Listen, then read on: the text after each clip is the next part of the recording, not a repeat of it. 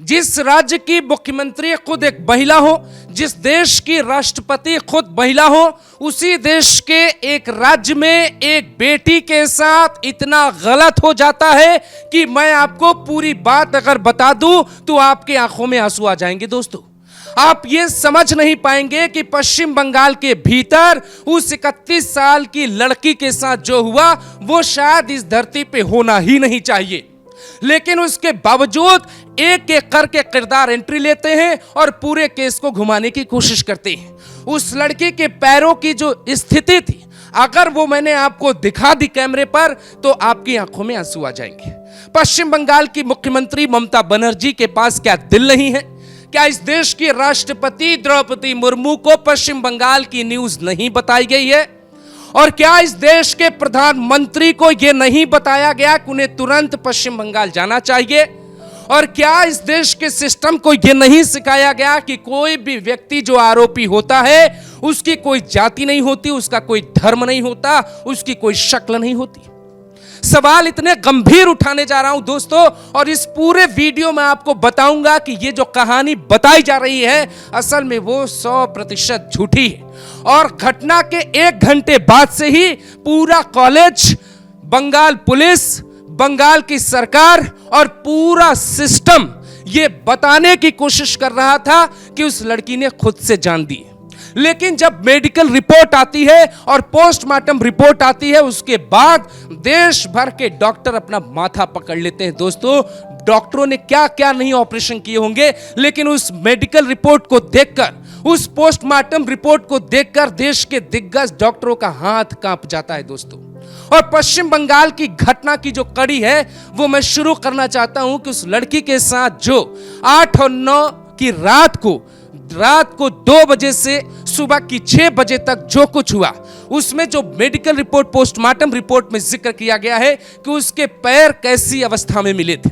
और उसके बावजूद भी कॉलेज के सुप्रिटेंडेंट ने परिवार को फोन लगाया और परिवार को यह कहा कि इस लड़की ने अपनी जान दे दी है। उस लड़की के माता पिता, परिवार, मोहल्ले के लोग जब जाते हैं तो 3 घंटे इंतजार करवाया जाता। आपको पता है क्यों? वो इसलिए क्योंकि उसके पैरों की स्थिति ठीक नहीं थी। और जिस सुप्रिटेंडेंट ने कॉल किया था वो खुद भी जानकार था।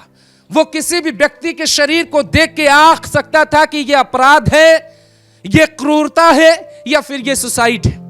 लेकिन उसके बावजूद भी परिवार को यह बताया गया कि आपकी बेटी ने जान दे दी। और परिवार जब पहुंचा तो 3 घंटे का इंतजार कराया गया। और यहां जो बात कही जा रही है कि जो आरोपी पकड़ा गया है उसका इंटेंशन सिर्फ वही करना था जो उसने किया है, तो आप पूरी तरह से गलत हैं। पश्चिम बंगाल के भीतर कुछ ऐसा हुआ है और कुछ ऐसी भनक लग रही है जो शायद पूरी दुनिया के लिए एक चर्चा का विषय है। क्या इसमें 2 ऐसे किरदारों की एंट्री हो चुकी थी जिसकी जानकारी उस पीड़िता को हो गई थी? खबर यह भी आ रही है, बीजेपी के नेता यह आरोप लगा रहे हैं कि यह तक खबर है कि वहां पे बाकायदे रैकेट चलाया जा रहा था और आरोपी जो है रैकेट के हिस्से में थे, और यहां तक कि ड्रग्स का रैकेट भी चल रहा था जिसकी जानकारी उस जूनियर डॉक्टर को हो गई थी और वो उस पर काम कर रही थी ताकि समाज को बदला जा सके, समाज में नशा न बढ़े। ड्रग रैकेट्स को जब भी भंडाफोड़ किया जाता, आपने तमाम फिल्में देखी होंगी, उनका जो अपराध करने का तरीका होता है अपराध की किताब में मिलता ही नहीं। वो अपने आप को छुपाने के लिए, अपने आप को बचाने के लिए वो सब कर सकते हैं जिसकी कोई कल्पना देश की किसी किताब में मिलेगी ही नहीं। और पश्चिम बंगाल की घटना में दोस्तों एकदम वही हुआ है। हम कड़ी दर कड़ी सवालों के साथ, तर्क के साथ आपको समझाने की कोशिश कर रहे हैं कि कैसे ममता बनर्जी को तुरंत इस्तीफा दे देना चाहिए। और देश की महिला राष्ट्रपति द्रौपदी मुर्मू को इसीलिए बनाया जाता है, किसी महिला को या आगे बढ़ाया जाता है ताकि वो अपनी ही कम्युनिटी के दर्द को समझ पाए। उनको भी तुरंत राष्ट्रपति शासन का आदेश दे देना चाहिए अगर इस देश में सिस्टम कहीं भी काम कर रहा है तो। सबसे पहले आप समझिए कि जो पोस्टमार्टम की रिपोर्ट आई है उसमें उस लड़की के पैरों की अवस्था क्या थी। इसके बाद की पूरी कहानी आप समझ जाएंगे। हमारी सहयोगी हमारा माइक पकड़ेंगी तो मैं आपको बता पाऊंगा कि कैसे कैसी अवस्था में उस लड़की के पैर थे। दोस्तों, ये जो होता है दोस्तों, ये यहां पर आप समझिए कि किसी के व्यक्ति के कमर का हिस्सा है, ये जो मेरी अंगुली है, और जो लड़की के पैर थे वो ये हैं। हाथ कांप जाएंगे दोस्तों बताते वक्त। उस लड़की के पैर ऐसे कर दिए गए थे दोस्तों। ये पोस्टमार्टम रिपोर्ट में दी गई जानकारी है। उसके बावजूद इस देश के सिस्टम को आप समझिए कि देश के प्रधानमंत्री लाल किला से बंगाल में उस बेटी का नाम नहीं लेते हैं। द्रौपदी मुर्मू जो खुद एक महिला हैं, वो उसका दर्द नहीं समझ पाई क्या अभी तक। और पश्चिम बंगाल की मुख्यमंत्री ममता बनर्जी ने तो सारी हदें पार कर दी। अब मैं आपसे सवाल पूछना चाहता हूं, उसका जवाब आप भी ढूंढिएगा। सबसे बड़ा सवाल यह कि जब कॉलेज के सुपरिटेंडेंट ने कॉल किया और यह कहा कि आपकी बेटी ने खुद से जान दे दी, और पीड़ित के जब परिवार वहां पे पहुंचे तो उनको 3 घंटे तक के लिए क्यों रोका गया? दूसरा सवाल, कॉलेज में क्या सबूतों को मिटाने के लिए अचानक से रेनोवेशन का काम शुरू कर दिया गया? जिस जगह पे घटना हुई, जिस जगह पर संजय नाम का आरोपी सीसीटीवी फुटेज में देखा गया, जहां पे लड़की की बॉडी मिली, वहां पे निर्माण कैसे शुरू हो गया? सवाल नंबर 3, पुलिस ने खुद कॉल करके पीड़िता के परिवार को क्यों कहा कि आपकी बेटी ने खुद से जान दे दी? सवाल नंबर 4, किसके कहने पर पीड़िता की घटना के बाद ही 2 दिन बाद ही परिवार को पैसे ऑफर किए गए, और जब यह बात मीडिया में आई तो यह कहा गया कि पीड़िता को निर्भया फंड से पैसा दिया गया था दोस्तों, वो ऑफर किया गया था, लेकिन परिवार ने नकार दिया। सवाल नंबर 4, जो सवाल सबसे बड़ा उठाया जा रहा है कि 15 अगस्त आजादी के दिन के 1 दिन पहले रात को 11:55 किस पार्टी के राजनीतिक गुंडे उस कॉलेज में घुस गए और उस कॉलेज के भीतर जाके घटनास्थल के आसपास सीसीटीवी वाले एरिया में तोड़फोड़ करते हैं? कहां है लॉ एंड ऑर्डर पश्चिम बंगाल में ममता बनर्जी का? कहां है इस देश का सिस्टम? और सबसे बड़ा सवाल यह कि ममता बनर्जी क्या सीबीआई को केस तब सौंपती है जब उनकी पुलिस पूरे मामले पर लीपापोती कर देती है? ये आरोप ममता बनर्जी की सरकार पे खुले तौर पे लगाए जा रहे हैं, और बीजेपी सवाल पूछ रही है कि पुलिस ने क्या वाकई पूरे केस में मामला बदलने के लिए पहले सबूतों को मिटा दिया और उसके बाद वहां पर सीबीआई की एंट्री होती है? और ममता बनर्जी कहती है कि सीबीआई इस केस को 18 तक सुलझा लेगी, क्योंकि 90% केस जो है ममता बनर्जी की पुलिस ने सुलझा लिया है। यह किस तरीके का मजाक है इस देश में? आप उस लड़की के पैरों से अंदाजा लगा सकते हैं कि उसके साथ क्या हुआ था। उसकी आंखों में कैसे उसके चश्मे टूटकर चले गए थे, उसके सिर में कितनी चोटें लगी होंगी, उसके हाथों पे कैसे निशान थे। और इस पूरे केस में एक आरोपी को पकड़ा गया है, जबकि भारत के एक से बढ़कर एक दिग्गज डॉक्टरों का दावा है कि इसमें एक से ज्यादा 5 से 10 आरोपी हो सकते। तो क्या ये वही किसी रैकेट का हिस्सा था आरोपी?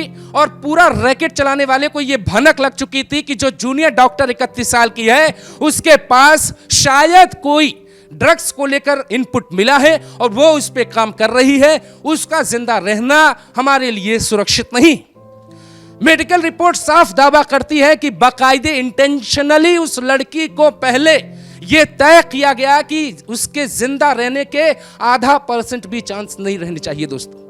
और उसके बाद क्या क्या होता होगा वो बाकी की जांच रिपोर्ट में सामने आएगी। लेकिन सबसे बड़ा सवाल यह है कि इस देश में जब एक महिला के साथ गलत हुआ और पश्चिम बंगाल की मुख्यमंत्री ममता बनर्जी हैं, तो क्या उनको इस तरीके से एक्शन लेना चाहिए? हमने थंबनेल पे यह लाइन लिखी है कि क्या यह केस निर्भया से भी क्रूर है? क्या यह केस ऐसा नहीं है कि बंगाल में राष्ट्रपति शासन लगा देना चाहिए?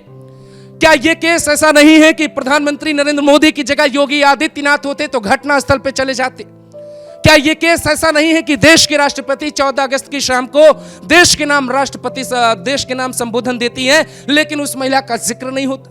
क्या इस देश में यह व्यवस्था नहीं है कि जाति, धर्म और किसी समाज को देखकर एक्शन न लिया जाए, बल्कि इसलिए एक्शन लिया जाए कि उसने गलत किया है? एक आरोपी को पकड़ने के बाद बंगाल पुलिस ने अपने आप को बहुत शाबाशी देने की कोशिश की, लेकिन मेडिकल रिपोर्ट यह कहती है कि उस घटना में कई आरोपी हैं और महिला के साथ सामूहिक गलत किया गया है दोस्तों। ये तमाम वो सवाल हैं जो आपकी आंखों में आंसू ला सकते हैं, आपको सोचने पे मजबूर कर सकते हैं कि कैसे पीड़ित परिवारों को बहकाने की कोशिश की गई, कैसे पीड़ित परिवारों से यह कहा गया कि आपकी बेटी ने जान दे दी है, कैसे वहां पे बंगाल पुलिस ने पूरा रायता फैलाने की कोशिश की, कैसे इस केस को समझने में ये देखिए कि कितना वक्त लग गया। आपको याद होगा निर्भया जब केस हुआ था तो इसी सदन में जया बच्चन को रोते हुए देखा गया था। लेकिन अब कहां है जया बच्चन समाजवादी पार्टी की नेता? अब कहां है अखिलेश यादव? कहां है चंद्रशेखर? ये तमाम लोग कहां है प्रियंका गांधी? राहुल गांधी का दो रूप आपको दिखाते हैं। ये ट्वीट है उनका, देखिए आप जरा आंख खोल के। उसमें वो इस बात का जिक्र करते हैं कि उन्नाव, कठुआ और कोलकाता में जो हुआ वो महिलाओं के खिलाफ गलत हो रहा है। लेकिन वो हाथरस और अयोध्या और कन्नौज के केस का जिक्र नहीं करते। यानी जिस पार्टी के जो वोटर हैं, अगर वो लड़के गलती कर देते हैं तो क्या इस देश के नेता, लीडर ऑफ ऑपोजिशन, उस नैरेटिव को आगे बढ़ाएंगे? क्या प्रधानमंत्री को यह नहीं करना चाहिए ताकि वो पश्चिम बंगाल जाते, पीड़ित परिवारों से मिलते और उन्हें बताते कि जो दूध का दूध, पानी का पानी किया जाएगा, जो भी आरोपी उन्हें बख्शा नहीं जाएगा? यही गलती बीजेपी से मणिपुर में हुई थी दोस्तों, और यही गलती बीजेपी अभी भी कर रही।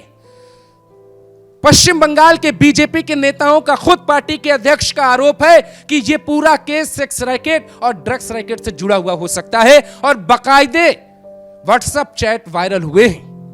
बाकायदे कई सबूत इस केस में हैं जो चीख चीख कर कहते हैं कि न्याय दीजिए। लेकिन इस देश का सिस्टम देखिए, न्याय की कोई बात नहीं कर रहा है। गुंडे अस्पताल में घुस जाते हैं, वहां पे सबूतों से तोड़फोड़ करते हैं, सबूत मिटाने की कोशिश करते हैं। ममता बनर्जी की सरकार पे आरोप लगते हैं कि वो जांच के नाम पे केस को घुमाने की कोशिश कर रही है। संजय नाम के आरोपी को पकड़ा गया, क्या पुलिस इस एंगल पे जांच नहीं कर रही थी कितने आरोपी हैं? क्या बंगाल पुलिस ने पोस्टमार्टम रिपोर्ट नहीं पढ़ी? क्या बंगाल पुलिस ने फॉरेंसिक रिपोर्ट नहीं पढ़ी? ऐसे तमाम वो सवाल हैं, आप सीधे तौर पे पूछिए तो पश्चिम बंगाल की इस घटना पे जिस तरीके की पुलिसिंग हुई है, उससे साफ पता चलता है कि इससे बेहतर और नकली पुलिसिंग अगर देखी जाए तो सीआईडी और क्राइम पेट्रोल जैसी टीम कर लेती है दोस्तों। तो फिर किस हिसाब से एक महिला को चीफ मिनिस्टर ये कहते हुए बनाया जाता है कि महिलाओं को आगे बढ़ाया जाएगा ताकि महिलाओं पे अपराध कम हो? ऐसे बहुत से सवाल हैं। घटना का पूरा विवरण आपको नहीं बता सकते। आप समझिए कि ये जो घटना है वो हिंदुस्तान के इतिहास में जब आप गिनेंगे तो ये बहुत बड़ी घटना है, बहुत गलत हुआ है। यहां अगर इंसाफ नहीं मिला तो सिस्टम से भरोसा सबका उठ जाएगा।